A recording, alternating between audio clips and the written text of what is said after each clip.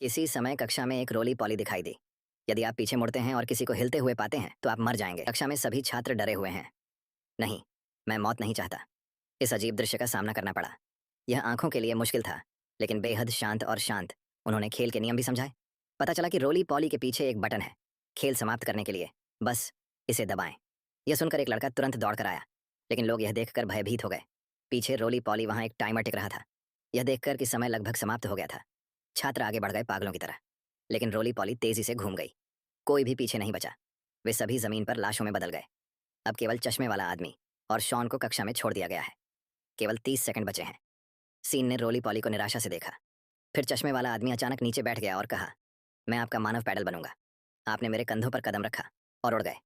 यह देखते हुए कि समय केवल 5 सेकंड था, शॉन अब झिझका नहीं। वह आगे बढ़ गया। चश्मे वाले के कंधे उड़ गए। समय के अंतिम सेकंड में बटन दबाते हुए दोनों ने सफलतापूर्वक स्तर पार कर लिया। ठीक उसी समय जब वे स्तर पार करने से खुश थे, अगले ही सेकंड चश्मे वाले आदमी का सिर अचानक फट गया। केवल फैली हुई उंगलियां रह गईं, हल्की सी हिल गईं। रोली पॉली ने गर्व से घोषणा की, केवल बटन दबाने वाले ही जीवित रह सकते हैं।